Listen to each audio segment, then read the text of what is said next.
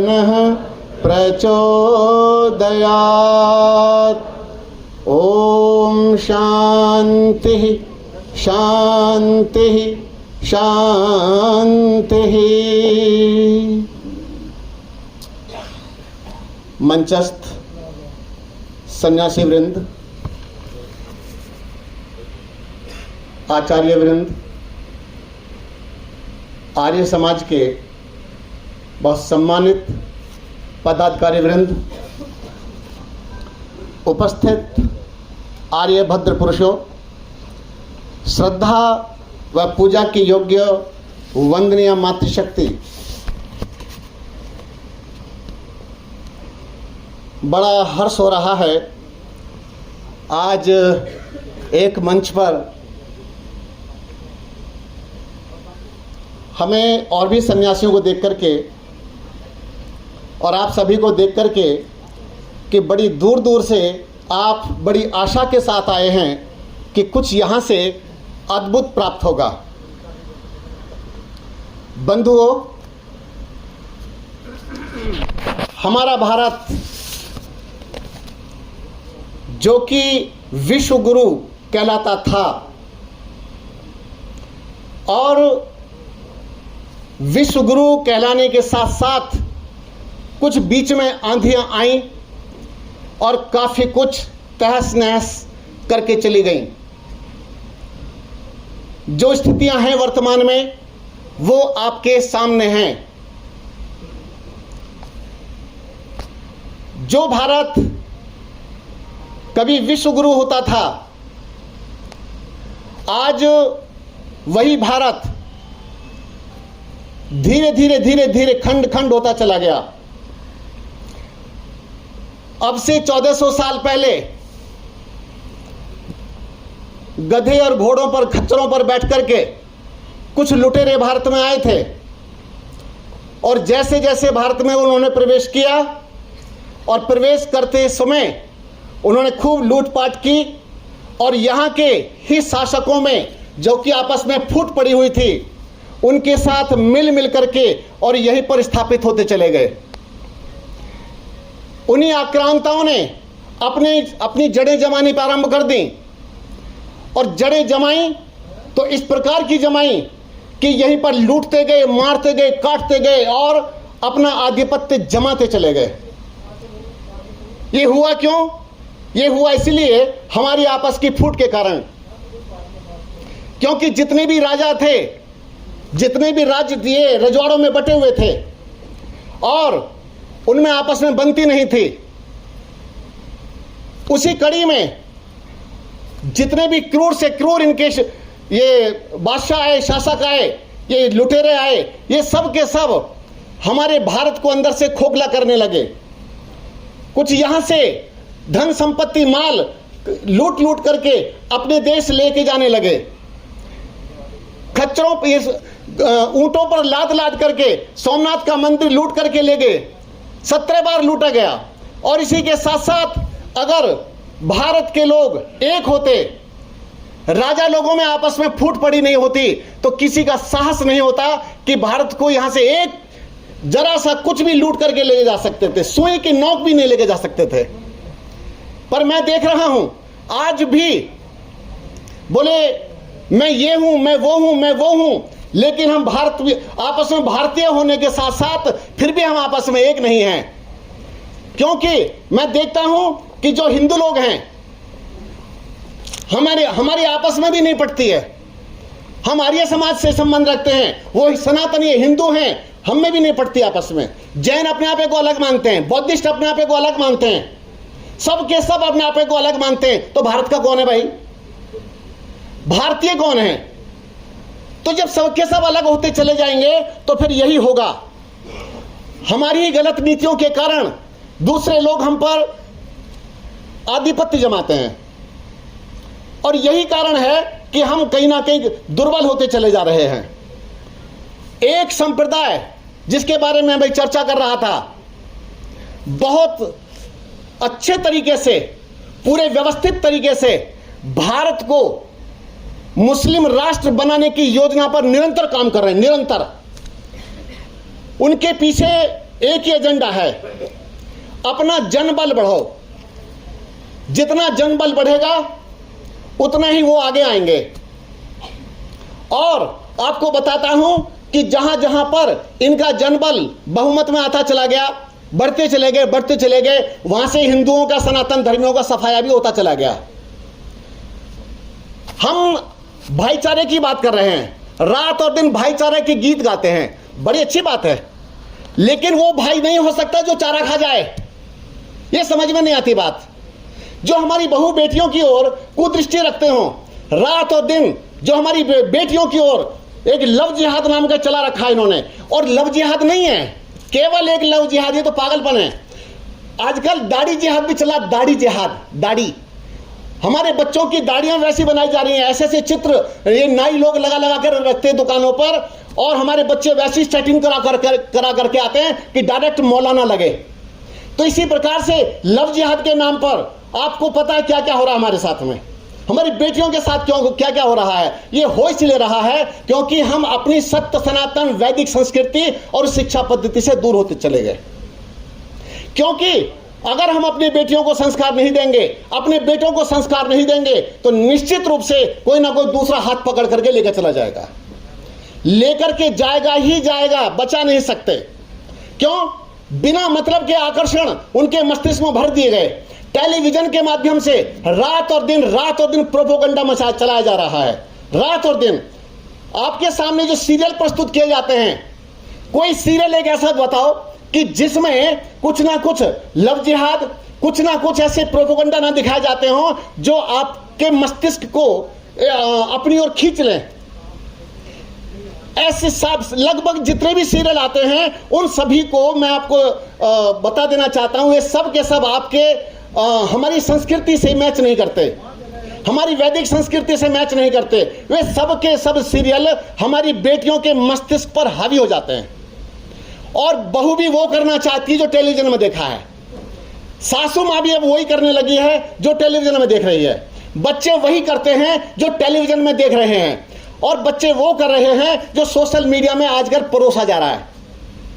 Social media इतनी खतरनाक चीज हमारे सामने आ गई है कि जिससे बचना हमारे बच्चों के लिए बड़ा कठिन काम है। क्योंकि जो बच्चे रात और दिन मोबाइल में रहते हैं, उनका जीवन तो गया।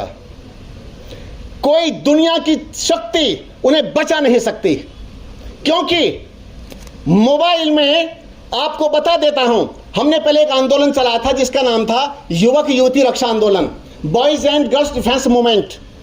ये चलाया ही इसलिए था कि देश के बेटे और बेटियों को बचा सकें। क्योंकि अगर देश के बेटे बेटियों को नहीं बचा सके, हम इनको संस्कारवान नहीं बना सके, तो फिर बेकार है, सब व्यर्थ है। क्योंकि हमारे देश के बेटे बेटियां ही हमारी संपत्ति, हमारी धरोहर हैं, और यही निकम्मे होते चले जाएं, संस्कारहीन होते चले जाएं, स्वास्थ्यहीन होते चले जाएं, ना तो इनके पास संस्कार है ना स्वास्थ्य है, इनके पास कुछ नहीं है, और केवल पेट भरने की थोड़ी बहुत शिक्षा इनके मस्तिष्क में भरी होगी, केवल वो भी पेट भरने वाली, संस्कार वाली नहीं है। संस्कार विद्यालय स्कूल में नहीं मिलते, ईसाइयों के कुल में कोई संस्कार नहीं मिलता। संस्कार मिलते थे केवल गुरुकुल में, संस्कार मिलता है केवल गुरुकुलों में। आज भी आप किसी डिग्री कॉलेज के बच्चों को उठा लीजिए और हमारे ब्रह्मचारियों को देख लीजिए, उनके चेहरे, उनकी शक्ल देखकर के पता चल जाएगा कि यह बच्चा सधा हुआ है। उसके चलने के ढंग से पता चलेगा कि यह बच्चा सधा हुआ है। और अगर दूसरे बच्चों की ओर हम देखेंगे तो वहां पर ब्रह्मचर्य एक मखौल बन करके रह गया। ब्रह्मचर्य की कोई शिक्षा नहीं दी जाती, चरित्र की कोई शिक्षा नहीं दी जाती, उनका पूरी तरह से पतन करने की योजना बनाई जा रही है, जो कि हमारे लिए आगे चल करके घातक बनेगी। जब ये घातक बन जाएगी तो फिर हम जिएंगे कैसे? माता पिता, दादा दादी, बड़े बूढ़े जितने भी हैं, रात और दिन बेचारे कुड़ रहे हैं, परेशान हो रहे हैं कि आखिर हम क्या करें, कैसे जिए हम लोग, ये समाज कैसे जिएगा, और कैसे बचेंगे हम, और कैसे हमारे बच्चे। और अगर हमने इन बच्चों को नहीं बचाया तो हम बहुत कुछ खो देंगे अपना।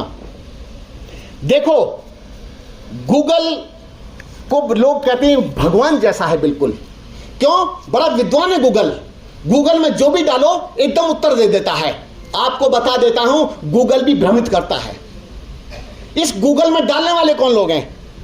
इसमें जो कोटेशंस डाली जाती हैं, इसमें जो मैटर डाला जाता है, ये डालने वाले कौन लोग हैं? ये वैदिक धर्मी हैं, विद्वान हैं, कौन है ये लोग? ये वही लोग हैं जो केवल अपना एक प्रोपोगंडा चला रहे हैं। एक मिशनरी के तहत वो सब चीजें वहां से इकट्ठी करके मटेरियल जो मसाला डाला जाता है वो सब वहीं से इकट्ठा करके डाला जाता है, ताकि हमारी ही चीजों को, हमारी चीजें सबसे पहले हाईलाइट हों, हमारी चीजें सबसे पहले जाएं। तो भैया समाज तो फंसेगा और बच्चे हमारे फंसते चले जाएंगे। तो इसीलिए चाइना ने गूगल का बहिष्कार किया और अपना एक सर्च इंजन अपना बना डाला। जब अपना सर्च इंजन चाइना ने बनाया तो भारत के पास में क्या इतना दम नहीं कि जो भारत भी अपना कुछ अलग से बना सके? निश्चित रूप से सब हो सकता है, लेकिन हम लोग नहीं कर पा रहे हैं, क्योंकि इसके पीछे बस एक ही बात आएगी कि हम लोग वैदिक शिक्षा पद्धति से दूर होते चले गए। हम लोग आपस में संगठित नहीं हैं, और संगठित नहीं हैं तो समाज गया, हम लोग गए। तो इसीलिए बहुत संभलने की आवश्यकता है। अगर आज नहीं संभले तो बड़ा कठिन हो जाएगा। आपको मैं निवेदन करना चाहता हूं, एक और प्रोपोगंडा चल रहा है समाज में चिकित्सा पद्धति के नाम पर। चिकित्सा पद्धति, पहले आयुर्वेद प्राकृतिक चिकित्सा पद्धति होती थी, लोग प्राकृतिक जीवन जिया करते थे, प्राकृतिक जीवन शैली पर जीते थे। लेकिन हमको तोड़ने के लिए, हमारी संस्कृति को तोड़ने के लिए और हमारे लोगों के जीवन को नष्ट भ्रष्ट करने के लिए भिन्न भिन्न प्रकार की चिकित्सा पद्धतियां आज हमारे सामने प्रस्तुत हो गई। अगर इतनी सारी चिकित्सा पद्धतियां भ्रमित हो, ये सब भ्रमित करने वाली चिकित्सा पद्धतियां आ गई हैं, तो मुझे बताइए स्वास्थ्य कैसे प्राप्त होगा? आज हमारे वैद्यों को तो बेकार बता दिया गया, हमारे वैद्य बेकार हैं, आयुर्वेद के जानकार बेकार हैं। लेकिन जो बेकार कहते थे वे ही लोग हमारे वेदों के ऊपर शोध कर करके और अपने कहां से मेड इन यूएसए की मोहर लगा करके हमारे यहां पर प्रस्तुत कर रहे हैं। हमारे ही, मुझे एक बात बताइए, सन 1917 के बाद कितने सारे वैज्ञानिक खड़े हो गए? ये आए कहां से? 1917 के बाद ये सारे के सारे आए हैं। ये इसलिए आए हैं क्योंकि जब ये भारत में आए, ये अंग्रेज भी लूटने ही तो आए थे, तो जब ये भारत में आए तो यहां से हमारे ग्रंथों को उठा करके लेके गए और हमने तो पढ़ने बंद कर दिए। हमने अपनी रामायण पढ़नी बंद कर दी, गीता पढ़नी बंद कर दी, वेदों का स्वाध्याय नहीं, उपनिषदों का स्वाध्याय नहीं, दर्शनों से दूर हो गए, श्रीमद् भगवत गीता नहीं, सब के सब हम इनसे दूर होते चले गए। हम ना तो पढ़ते हैं और ना बच्चों को पढ़ाते हैं। और इन्होंने क्या कर दिया? हमारे ग्रंथों का स्वाध्याय करना प्रारंभ कर दिया और वेद मंत्रों को कोट कर करके उस पर अनुसंधान किए और सफल होते चले गए। और सफल हो करके उन्हें अनुसंधान के नाम, वही अनुसंधान हमारे सामने प्रस्तुत कर दिए कि ये हमने अनुसंधान किया है। इसी तरह से मैं आपको बता देता हूं, इलेक्ट्रिसिटी, बिजली के आविष्कारक कौन थे? महर्षि अगस्त्य ने बिजली का आविष्कार किया था, विद्युत का आविष्कार किया था। लेकिन नाम किसका आता है? बेंजामिन फ्रैंकलिन का। ये बेंजामिन फ्रैंकलिन कौन है? अरे ये सब चोर थे। न्यूटन चोर था, गुरुत्वाकर्षण का सिद्धांत उसने नहीं दिया था। तो मैं आपको बता देना चाहता हूं, ये 1917 के बाद का ही सारा का सारा प्रोपोगंडा है। हमारे जितने विद्वान थे, धर्मात्मा, संत, साधु, ऋषि, मुनि, तपस्वी, शोधकर्ता, वे सब के सब हम लोग उनकी तपस्या को समझ नहीं पाए और हम लोग आज उन्हीं को सिरमौर मानते हैं। ओहो, नासा से ये बात निकल करके आई है, नासा से क्या बात निकल करके आई है? अरे जाके पता तो करो। गायत्री मंत्री प्रातः काल में बजता है सबसे पहले। गायत्री मंत्र की शक्ति को वे लोग समझते हैं और हम लोग गायत्री मंत्र की शक्ति को नहीं समझते, क्योंकि हम जप नहीं करते, हम ध्यान नहीं करते, हम स्वाध्याय नहीं करते। तो इसकी शक्ति हमको पता कैसे चलेगी? पता कब चलेगी? जब हम उसको अपनाएंगे। अपनाए बिना पता कुछ नहीं चलता। एक बात मैं और कह देना चाहता हूं, हमारे महंत गिरी जी भी हमारे यहाँ उपस्थित हैं, मुझे बड़ा अच्छा लगा आपको देख करके। और हमारे एक सन्यासी जी और बैठे हैं आपके पास में, क्षमा कीजिए मैं आपका नाम नहीं जानता हूं। मैं आपसे एक निवेदन चाहता हूं, एक तो मंदिरों में विशेष रूप से कुछ संस्कृत पठन पाठन की योजना बनवाइए। संस्कृत पठन पाठन की योजना अगर सभी मंदिरों में बन जाती है तो एक बहुत बड़ा कल्याण हो जाएगा। अगली बात और कहना चाहता हूं, जितने भी मंदिर हैं उन सभी में हाथ जोड़ के प्रार्थना ही कर सकता हूं मैं आपसे कि ये बात कहना चाहता हूं। पहली बात तो यह कि जितने भी पुजारी वृंद हैं, पुजारी गण हैं, सम्मानित पुजारी गण, उन सभी को एकत्र करके उनको प्रशिक्षण दिलवाइए, उनको वैदिक शिक्षा पद्धति का प्रशिक्षण दिलवाइए और उसके साथ साथ सप्ताह में एक एक दिन हर घर से एक एक नौजवान, दो दो नौजवानों को वहां पर एक धार्मिक स्थान पर इकट्ठे करवाइए, ताकि वे सभी हमारे बच्चों को सही मार्गदर्शन दे सकें। वरना राशि, ग्रह, उपग्रह, नक्षत्र आदि के जाल में फंस करके रह गए हम लोग। इसके अलावा कुछ नहीं है। क्योंकि अगर हमारे बच्चों को सही गाइडलाइन मिलेगी, जाकर के देखो, आप मस्जिद में जाकर के देखिए, हर शुक्रवार को वहां जाके भीड़ देखिए, जाके देखो भीड़, पता चलेगा भीड़ कैसी होती है।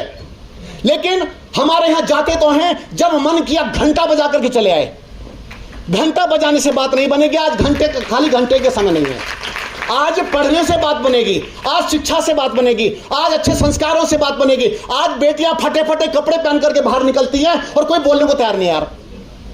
बेहुदे वस्त्र पहन करके बेटियां बाहर निकल रही हैं, और लड़के भी फटी फटी जीन्स पहन करके अपने को स्मार्ट समझते हैं। ये हो क्या रहा है? ये किस ओर जा रहे हैं हमारे बच्चे? तो इसीलिए एक निवेदन और करूंगा, क्योंकि करता ही जाऊंगा अभी जब तक मेरे पास थोड़ा समय हो गया। एक निवेदन और है। एक निवेदन यह है कि ठीक 4 बजे, मैं जब अपने गांव में रहता था, गांव में ठीक 4 बजे हमारे यहां शंख बजता था।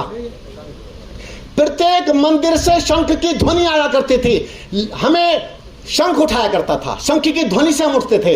लेकिन उसके बाद क्या हुआ? मुल्ला जी की ध्वनि से उठते हैं।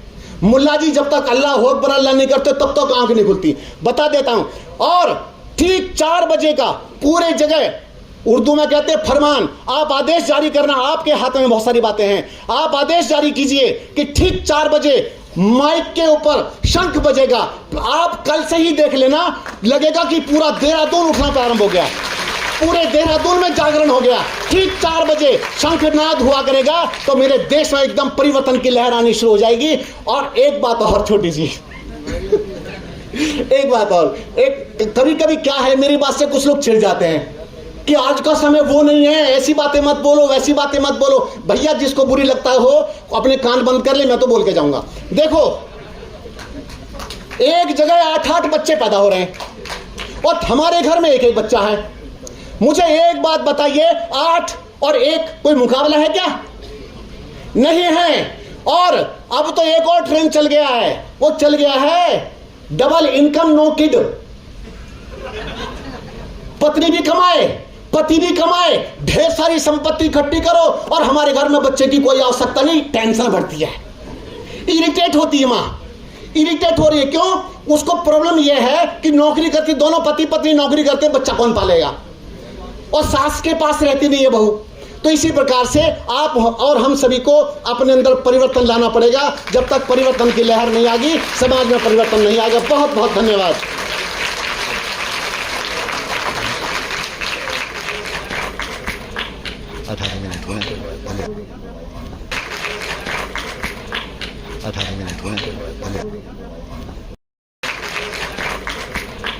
$18 minutes.